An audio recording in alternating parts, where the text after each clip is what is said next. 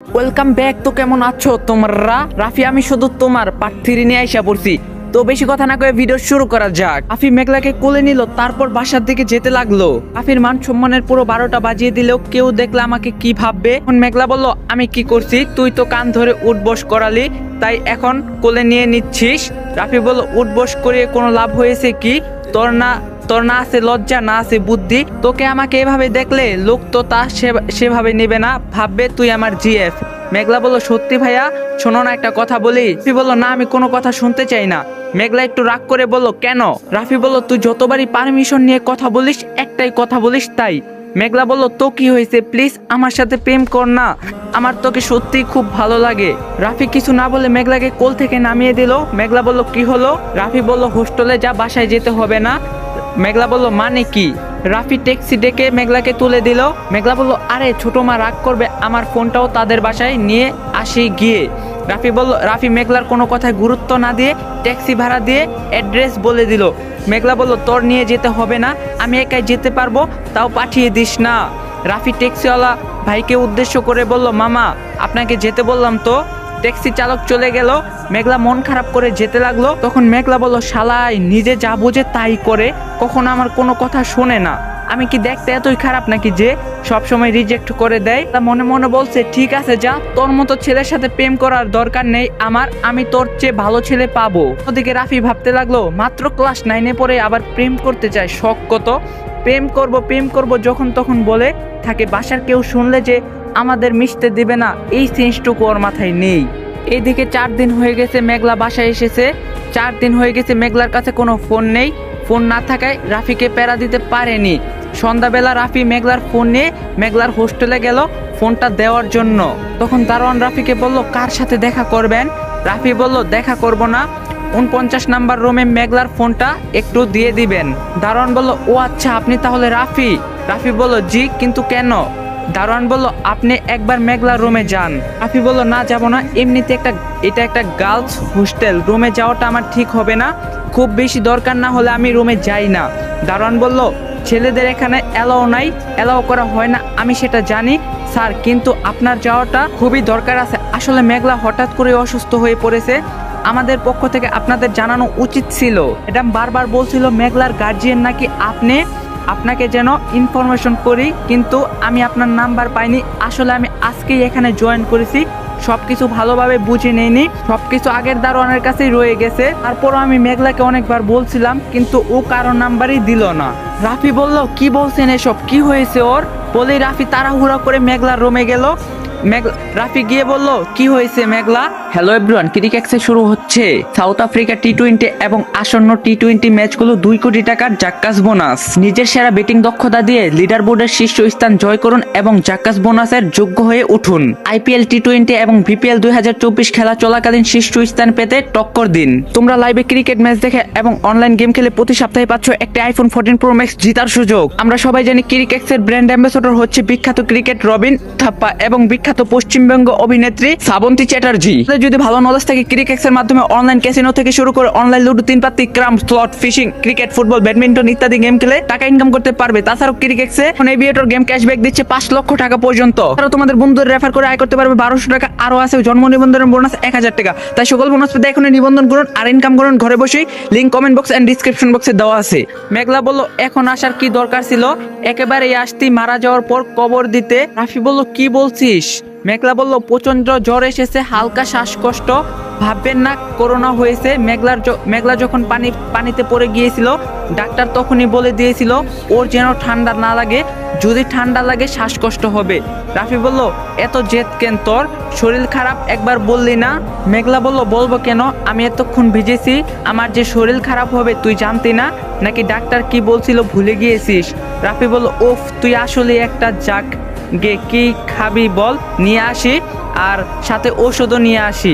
মেঘলা বলল, খাবো না কিছু। রাফি বলল, বুঝিস, থাক তুই, আমি আসতাছি। মেঘলা এবার মন খারাপ করে বলল, না তুই যাস না, আমাকে ছেড়ে আমার সাথেই থাক। রাফি মেঘলার কথা শুনেই বাইরে চলে গেল। আর কিছুক্ষণ পর খাবার আর ওষুধ নিয়ে এসে জোর করেই মেঘলাকে খাওয়ালো। তারপর মেঘলার মাথায় কিছুক্ষণ জলপট্টি দিয়ে বলল, মেঘলা এবার তুই একটু ঘুমা, আমি যাই, সকালে আবার আসবো। এটা বলার সাথে সাথে মেঘলা রাফির হাত ধরে রাফির হাত আঁকড়ে ধরে বলল, যাস না ভাইয়া, খুব খারাপ লাগছে, আজ তুই আমার সাথে থাক প্লিজ। রাফি বলল, মেঘলা এখানে তো ছেলেদের আশায় নিষেধ, ফুপিমণি তোকে ভর্তি করার আগেই কন্ডিশন দিয়েছিল, তাই আমাকে আসতে দেয়, তাই বলে রাতে থাকা যাবে বোকা মেয়ে, থাক তুই, আমি আবার সকালে আসবো বলে রাফি মেঘলার হাত থেকে নিজের হাতটা ছাড়িয়ে নিল। রাফি বেরিয়ে সিঁড়ি দিয়ে নামছিল, তার নিজেরও মেঘলাকে এভাবে রাখতে ইচ্ছা করছে না। রাফি বাইরে আস্তে আস্তে ভাবলো, মেঘলাকে কয়েকটা চকলেট কিনে দিয়ে যাই, তাহলে মনটা হয়তো ভালো হতে পারে ভেবেই রাফি কয়েকটা চকলেট নিয়ে আবারও মেঘলা রুমে গেল। কিন্তু রুমে গিয়ে দেখলো মেঘলা বালিশের সাথে মুখ গুজে ফুপিয়ে ফুপিয়ে কান্না করছে। রাফি গিয়ে নিঃসন্দেহে মেঘলার পাশে বসে মেঘলার মাথায় হাত রাখলো। মেঘলা চমকে উঠলো। রাফি বলল, কান্নার কারণ কি, আমি চলে যাওয়া? মেঘলা খুব আগ্রহী নিয়ে চোখ মুছতে মুছতে বলল, আবার আসলি থাকবি? রাফি বলল, না। মেঘলা আবারও কেঁদে দিল। রাফি মেঘলার চোখ মুছে দিয়ে বলল, তবে তোকে নিয়ে যাব। মেঘলা বলল, সত্যি? রাফি বলল, রাফি মেঘলাকে নিয়ে বাসায় গেল আর ড্রয়িং রুমে বিছানায় মেঘলাকে শুতে বলল। সবাই এসে তো মেঘলাকে নিয়ে ব্যস্ত হয়ে গেল, কারণ সবাই মেঘলাকে আদর করে। তবে মেঘলার অনেক বকাও শুনতে হয়েছে। রাফির বাবা রাফিকে অনেক বকা দিয়েছে, কারণ ওর জন্যই মেঘলা ভিজেছে। প্রায় 11টা বেজে গেছে, সবাই এখন ঘুমের পাগল। ছোট মা বলল, মেঘলা আমার সাথে ঘুমাবি? মেঘলা রাফির দিকে তাকিয়ে বলল, না, ভালো লাগছে না, আমি এখানেই থাকবো। ছোট মা বলল, আচ্ছা। একে একে সবাই চলে গেল, কিন্তু রাফি বসে আছে। অর্ক বলল, ভাইয়া যাবি না? রাফি বলল, তুই যা, আমি আসতাছি। রাফি বলল, মেঘলা আমি যাই? মেঘলা বলল, না থাক প্লিজ। রাফি ধমক দিয়ে বলল, সব কিছুই বাড়াবাড়ি ভালো লাগে না, বাসায় নিয়ে এসেছি না, তাহলে আবার কিসের প্যান ঘুমা। মেঘলা বলল, তাহলে আরেকটু থাক। রাফি বলল, পারবো না বলে অর্ককে নিয়ে চলে গেল। সবাই সবার মতো ঘুমিয়ে গেছে। মেঘলাও এতক্ষণে ঘুমিয়ে গেছে। অর্ক রাতে পানি খাওয়ার জন্য ড্রয়িং রুমে চলে গেল। অর্ক বলল, ভাইয়া তুই ঘুমাবি না? রাফি বলল, ঘুম পাইনি তাই বসে আছি। রাফি মেঘলার হাত ধরেই পাশেই বসে আছে, তবে মেঘলা গভীর ঘুমে। রাফি বলল, আচ্ছা অর্ক, আমি এখানে থাকলে কি খুব খারাপ হবে ব্যাপারটা? অর্ক বলল, না থাক, কি সমস্যা? এটা তো পার্সোনাল কোনো রুম না, ড্রয়িং রুম যার যখন ইচ্ছা আসতেছে যাচ্ছে, সব ঘর থেকে ড্রয়িং রুম দেখা যায়, খারাপ কিছু ভাবার তো কিছুই নেই, কিন্তু তুই সারা রাত বসে কাটাতে পারবি? রাফি বলল, রাত তো প্রায় শেষ, বাকি সময়টুকু থাকতে পারবো। অর্ক বলল, এত ভাবিস ওর জন্য, ওকে কিন্তু সামনাসামনি বুঝতে দিস না কেন? যখন ও বলল থাকলেই পারতি। রাফি বলল, মেঘলা অযথা অনেক বায়না করে, আমি তখন রাজি হলে মাথায় চড়ে বসতো, তাই ঘুমিয়ে যাওয়ার পর আসলাম। অর্ক বলল, আচ্ছা থাক, তাহলে আমি যাই। সকালে ছোট মা রান্না করে আসলো, কিন্তু এসে অবাক হলো।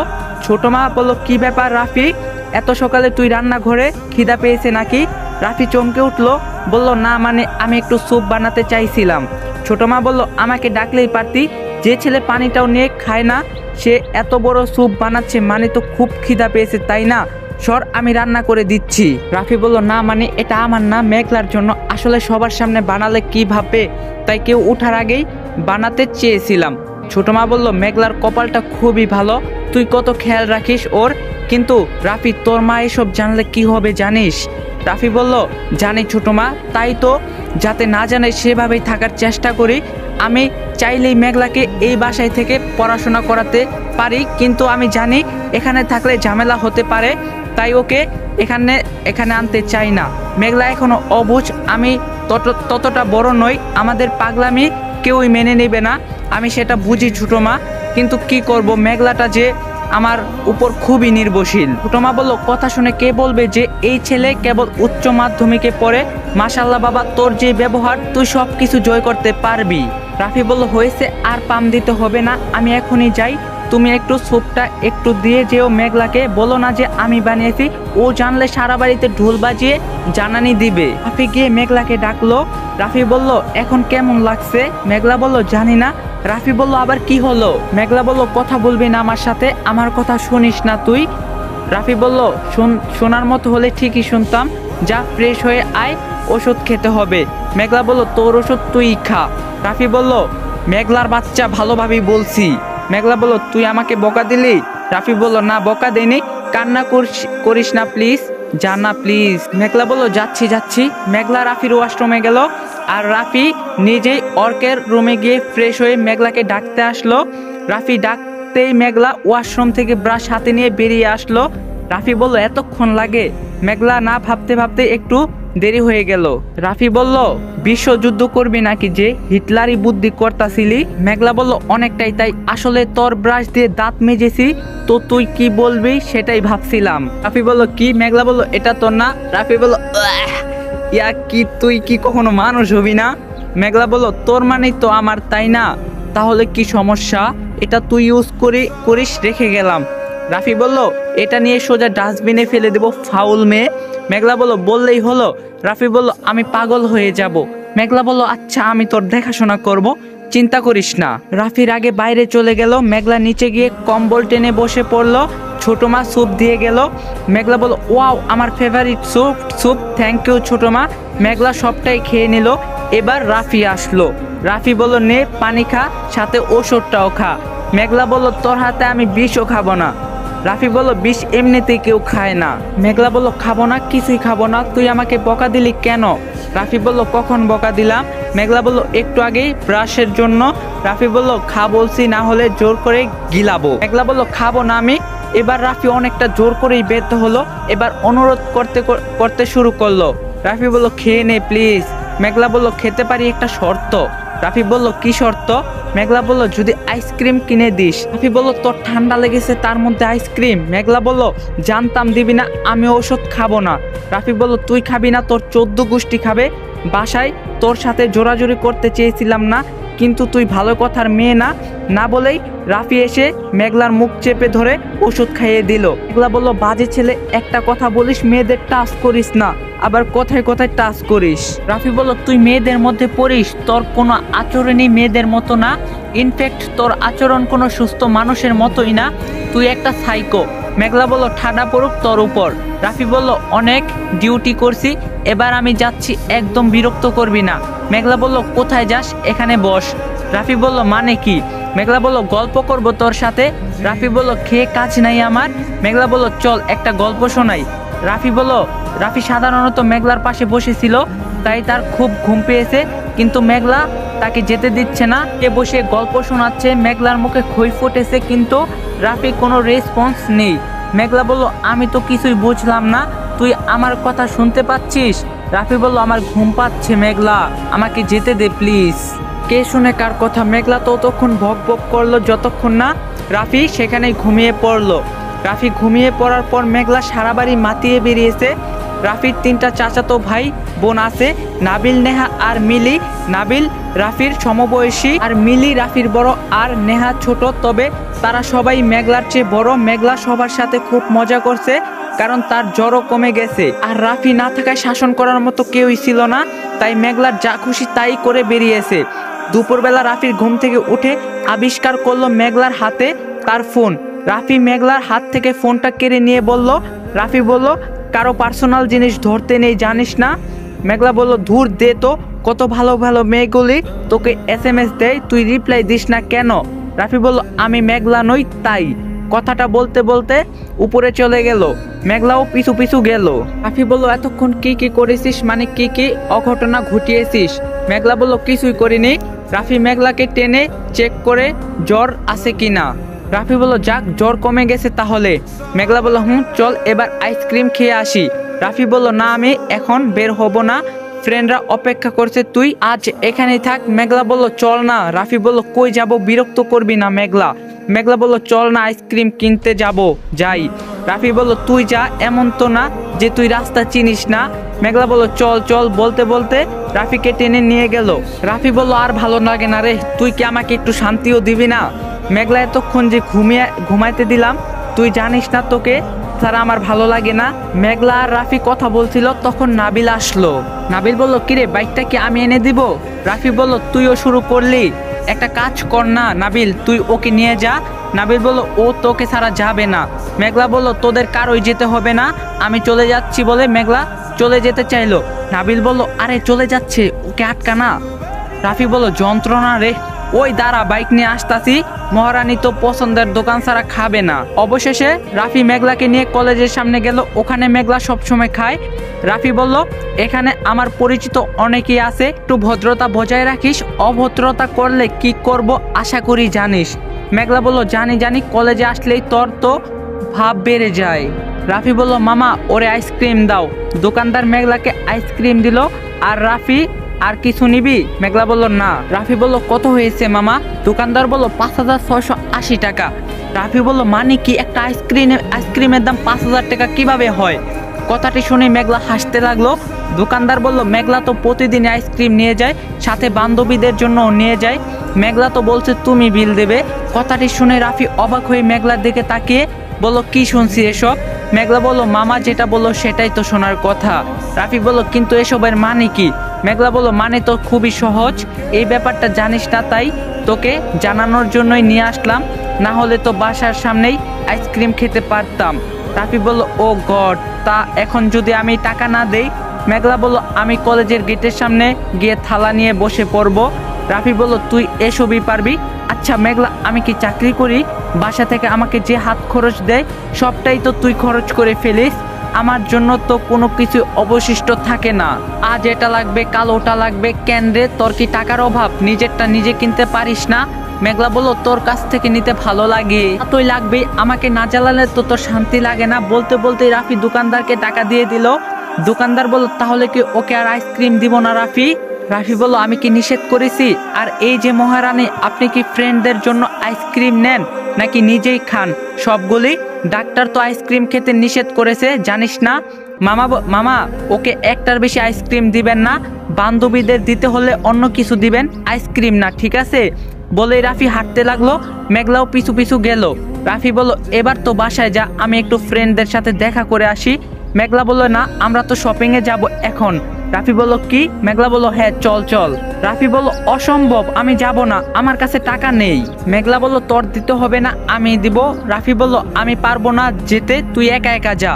মেঘলা বলল, নিজের হাতের আইসক্রিমটা আকাশ। মেঘলা বলল, তোর দিতে হবে না, আমি দিব। রাফি বলল, আমি পারবো না যেতে, তুই একাই যা। মেঘলা নিজের হাতের আইসক্রিমটা রাফির দিকে এগিয়ে দিল, বলল, টাকা খরচ করে মাথা গরম হয়ে গিয়েছে, নে আইসক্রিম খা, ঠিক হয়ে যাবে। রাফি বলল, ছি, সরা এটা। মেঘলা বলল, ছি মানে? রাফি বলল, তুই এটাই মুখ লাগিয়েছিস না? মেঘলা বলল, তো কি হয়েছে? রাফি বলল, আমার কাছে আনছিস কেন? মেঘলা বলল, তুই খাবি তাই। রাফি বলল, মরে গেলেও খাবো না। মেঘলা বলল, কি বললি তুই? আমাকে তুই ঘৃণা করছিস? তারা মজা দেখাচ্ছিস? তুই যদি এটা না খাস, আমি তোর সব ফ্রেন্ডদের ডেকে বলবো আমি তোর গার্লফ্রেন্ড, কলেজের সামনেই তো আসিস। বলি মেঘলা চেঁচাতে শুরু করলো। রাফি বলল, চেঁচাচ্ছিস কেন? লোকে কি বলবো, থাম প্লিজ। মেঘলা বলল, খা তাহলে। রাফি বলল, আমি এটা খাবো না মেঘলা রাফির মুখে আইসক্রিম দিয়ে বলল, একটু খেলে কি হয়, খানা প্লিজ। রাফি বাধ্য হয়ে খেয়ে নিল। মেঘলা মনে মনে বলল, তুই কবে বুঝবি আমি তোকে ভালোবাসি? রাফি বলল, এবার শান্তি হয়েছে? মেঘলা বলল, না, শপিংয়ে গেলে শান্তি হব। এটা বলে রাফিকে টানতে টানতে বাইকের কাছে নিয়ে গেল। রাফি বলল, আমি তোর যন্ত্রণায় বনবাসে চলে যাব, দেখিস। মেঘলা বলল, আচ্ছা যাস, শুধু আমাকে নিয়ে যা, এবার পিছনে বস। রাফি বলল, পিছনে বসবো মানে? মেঘলা বলল, আমি ড্রাইভ করব। রাফি বলল, তোকে স্কুটি চালাতে নিষেধ করছি, তাহলে কোন সাহসে বাইক চালাতে চাস? সর বলে রাফি বাইকে উঠে বসে পড়লো আর মেঘলা পিছনে বসলো।